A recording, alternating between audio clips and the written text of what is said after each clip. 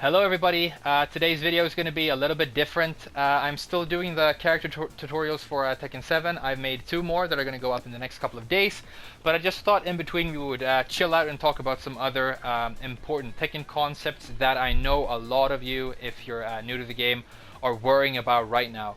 And the main thing I want to talk about, the most important question that I see in all these chat rooms and forums when new Tekken players, or bad, in quotation marks obviously, bad Tekken players speak with more experienced Tekken players, is they ask, is a control pad or an arcade stick better? And what they're actually asking, what they're actually worrying about most of the time is, I'm playing on a control pad, do I need to invest a lot of my time and money into becoming a stick player? And the other reason I feel strongly about this is I feel that the answers that come out in those situations aren't usually all that useful and constructive.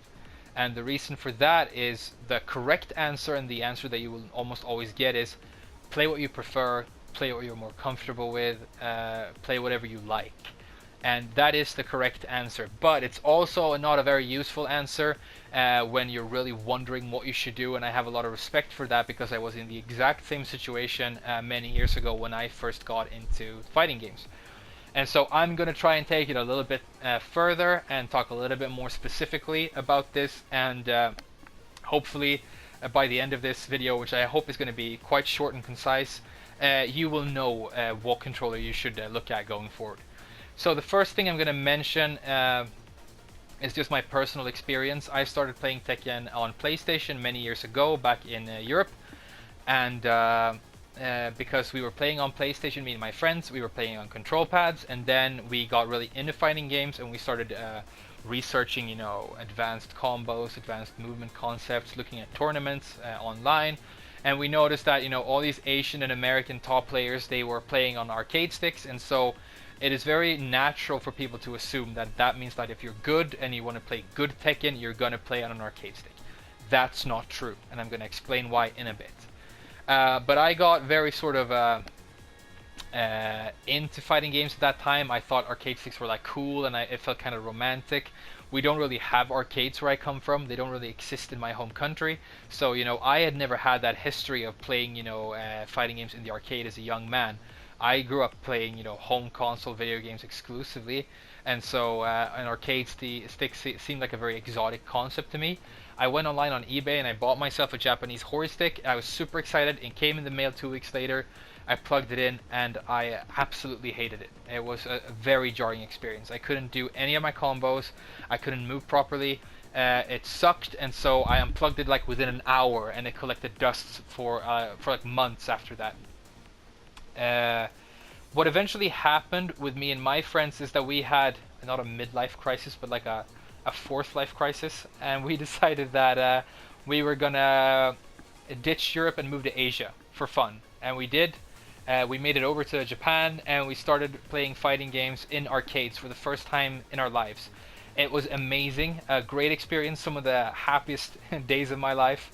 And eventually, Tekken 7 came out for arcade here in Japan about 3 years ago, and we were actually, I think, some of the first players in the entire world who got to play Tekken 7 on arcade when it was released, because we went to an arcade that is owned by Namco here in the city I live in, and they let us in early. They are still just patching in the Tekken 7 software into the cabinets, and they let us sit down, before they were even finished. And so we might have been like the first Western players in the world to ever play a full commercial release of Tekken 7. It was an amazing experience. But within, a couple of months of living here in Asia, because we were playing in the arcades and we were having so much fun that we weren't worrying about, whether or not we were using optimal controls, we only had the arcade stick option, we eventually all became stick players. And so I became a stick player because of circumstance, not because I trained myself to become one. And I guess in that sense, I was kind of lucky.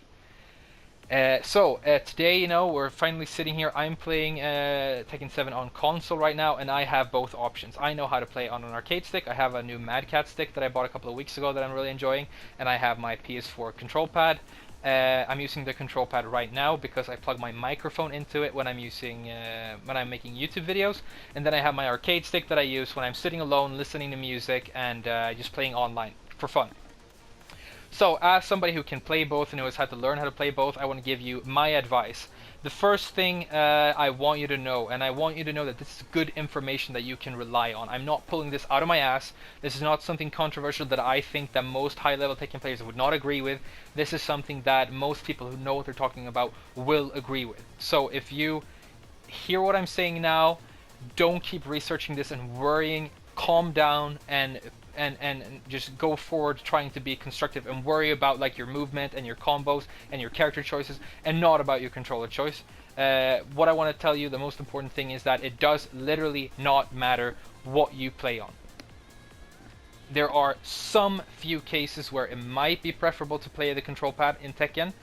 I personally think that if I had to choose, I would say like 52% control pad, 48% arcade stick or something. So there might be a very slight difference and slight preference for control pad, but it's small enough, it's insignificant enough that you can definitely work around it with some practice and some skill, and you can become the greatest Tekken player in the history of the world playing either. You won't, because Tekken 7 is the most difficult game like in the world to be good at, and there are people who have 2 decades of experience ahead of you. But if you don't become EVO champion one day, it's not going to be because of your choice of controller, I promise you. Now, if we're going to go into like some specifics where you might want to choose the pad and you might want to choose the stick, I'm just going to talk about this in terms of character choice, because I think that's the only reason to really, that's the only time where it really becomes a useful consideration. So right now on the screen I've chosen Lars for a very specific reason. Lars is a character whose move list entirely consists of moves that are a combination of the directional buttons, like forward, down, back, down, forward, and a combination of his attack buttons. He has no moves that require him to do fancy stuff with his directional inputs whatsoever. The most difficult thing Lars sometimes has to do, I guess, is forward back 2-1. So you have to press forward and then you have to press back. And this is like the most difficult Lars input in the world. Everything else, input-wise, is very easy and doesn't, more importantly, does not include advanced or extended movements of the directional controls. In these cases, when you're playing a character like this, I would say that a control pad might be slightly preferable. Because a control pad is small, is light, it fits perfectly into your hands, it's ergonomic, you can sit wherever you want in any sort of kind of chair on the floor. You can stand up with your control pad and do whatever you want, and it's just a very comfortable way to play Tekken. If you're playing another character that that doesn't have this kind of super simplistic moveset, and you have to do a lot of quarter circle movements and a lot of half circle movements, there might be a slight preference for arcade stick.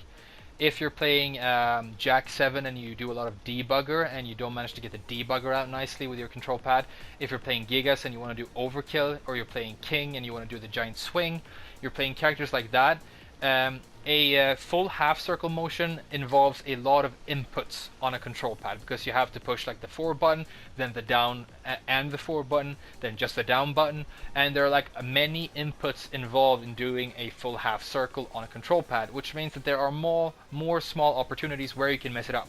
Whereas a stick, you will just rotate it into from the position you are into the gate you want to end the input with, and then you've done that motion. That's going to be difficult and suck when you learn how to play stick, but when you have learned it, it's slightly more comfortable in my opinion, and I think most people would agree.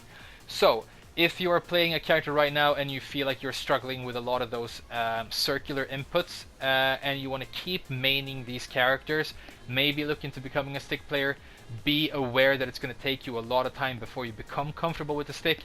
Also be aware that you will get there.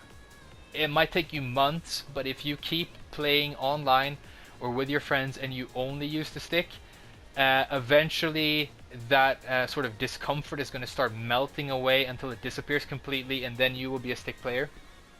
But there is no reason to force yourself, but it might be slightly preferable in those situations. And then the final thing I want to talk about before we wrap this video up, I guess there's two things we need to talk about, and the first one is backdashing. Backdashing is one of the most important concepts in Tekken. It is hailed as this huge skill cap thing where good players Korean backdash, less experienced players generally don't, and it's like what separates the men from the boys. And one very frustrating thing when you are a pad player who wants to learn how to Korean backdash is if you look up how to do it online and you find all these guides, they are usually made by Tekken veterans, and Tekken veterans tend to play stick, so the tutorials will be on a stick. And it is hard to find good constructive like tutorials on how to do good Korean backdashing on a control pad. So the first thing I want to say is that it is completely possible to do Korean backdashing on a control pad. I personally am not good at backdash canceling on a control pad because by the time I became a Tekken player who was backdashing a lot, I was already a stick player, so I haven't really worried about it that much. But if I'm gonna try and like do a backdash cancel here on the control pad. Yeah, you see, I just did two backdash cancels right there. It's not hard to do, even for me who generally doesn't do it a lot on control pad. It's very, very doable. It is as easy or as difficult that it is as it is on a control stick. But it's just harder to find information about how to do it on a control pad. If anybody's interested, I might do like a complete tutorial on Korean backdashing on stick and control pad, and maybe get some camera in there where I can actually show my hands. But until I have like good quality footage of my hands, I don't think that's going to be a very useful thing to upload anyway. So we're not going to talk about it in this video. But what I'm trying to say is that you can Korean backdash well on either option. And I think if you're going to do it on a stick and you're going to learn on how to do it on a stick, there are good tutorials out there. The one thing I noticed that I didn't know, that was like a big revelation for me when I started Korean backdashing for the first time, is that doing it on a stick is almost impossible unless you have the correct grip on the stick. I was playing an arcade stick with a grip that did not lend itself to Korean backdashing, and so I couldn't do it. And I looked at all these tutorials for how to do it, and what I didn't notice, because I'm stupid, is that I was holding the stick the wrong way. The way you generally want to hold it, again, I'm not going to go too far into it in this video, but you want to hold it in a way that when you clench your hand and you sort of grip down and make almost like a fist, that's going to automatically push the stick into the down back position. And then when you release that clenched hand, that's going to let the stick naturally flow back into a neutral state. And because your thumb is on the opposite side of the stick at this point, because the stick generally rests in the sort of space between your index finger and your thumb when you're playing, you use the thumb to do a back input after you've done the clenched fist into the down back, release it into neutral, then you press the back with the thumb, and then you release your thumb and you go back into this clenched fist thing. And that means that you can do down back inputs like twice as fast, and that enables Korean backdashing on stick. So that's just a quick like note on arcade stick backdashing. Mind your grip, and when you look at these tutorials, I recommend Aris's channel, Avoiding the Puddle. He does great stuff, all the time. Obviously, if you know about me, you know about him. He has some tutorials on this. Look at that, but look at how he holds his hands. That's my biggest tip. Now, the final thing before we wrap this video up is that there is an exception to the sort of character-specific stuff I was talking about earlier, and it comes in the shape of Goki and Eliza, or I guess Akuma and Eliza for you in the West. These characters are Street Fighter characters. They are not Tekken characters, and so their inputs are very different. I'm gonna go on a rant video one of these days talking about how I feel the implementation of these characters is a complete failure on Namco's part. I don't think they've succeeded in creating Street Fighter style Tekken characters. I feel like they have just put Street Fighter characters into Tekken, and when you're playing against a Street Fighter character, you and your opponent are playing two different games, and it doesn't mesh well. Your opponent is doing a lot of jumping, but you don't necessarily have anti-air, so it becomes very odd. That's another video though. But what I'm trying to get to here is that these characters are Street Fighter characters.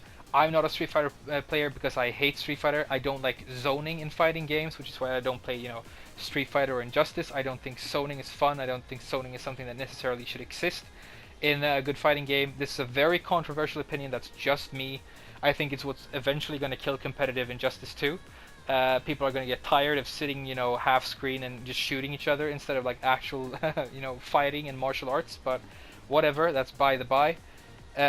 These characters, Eliza and Goki, Eliza and Akuma, are Street Fighter characters. Street Fighter characters do a lot of stick rotations, a lot of like fireball, shoryuken inputs, and in those cases I think it is probably better to use an arcade stick. And if you are already a Street Fighter player getting into Tekken right now, you are probably already a stick player, because most Street Fighter players already play on stick, and so I guess keep playing on stick.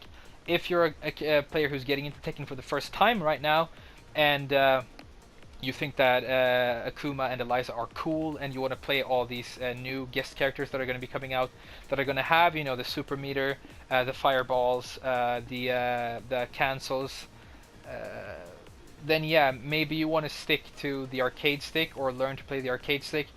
I would say learn how to play a real Tekken character, because it's going to be so much more fun and rewarding for you. And if you learn how to play even a simple Tekken character like Lars, or like an even simpler, super simple character like Shaheen, for example, who has like 5 moves and they're all super easy to do and super good. If you learn how to move or learn how to control that character, that is going to spill over into all the other characters in the roster, and you're going to become a better Tekken player overall. So that's the final thing I'm going to say. In conclusion, it does not matter. I know you've heard this before. It genuinely does not matter. If you're sitting at home right now with your PlayStation, you don't feel like spending a lot of time and money getting into a stick, don't do it. There's no reason to. If you think that a stick is a romantic, cool thing, and you have, you know, reasons to get into it, like other than preference, check it out. It's going to take you a while. It's going to be a bit of a journey, but you will get there. If you're playing a Street Fighter character, probably play on stick. If you're playing a character like Lars, or Shaheen, or a character that has super simplistic input stuff, maybe stick to the pad for now. So that's going to be it for this video. I hope it was constructive. I hope it helped you if you are worrying about these things right now. I know we talked a little bit about backdashing and some weird specific stuff in this video. If it didn't make sense to you, don't worry. If you're interested in knowing more about this stuff, I will definitely make videos about it in the future. But for now, I'm going to wrap this video up. I'm going to get back into making some new character tutorials for you guys. And I think, yeah, how about we just do Lars next time, because, you know, he's fun and easy. So yeah, that's going to be it for now, and I'll see you guys again soon. Thank you so much for watching, everybody who's been watching the videos, the few videos I made already, and for commenting and even sending some private messages. I'm having a lot of fun, and I'm just going to keep doing this. So definitely subscribe if you're interested in more content. Thank you very much, and bye-bye.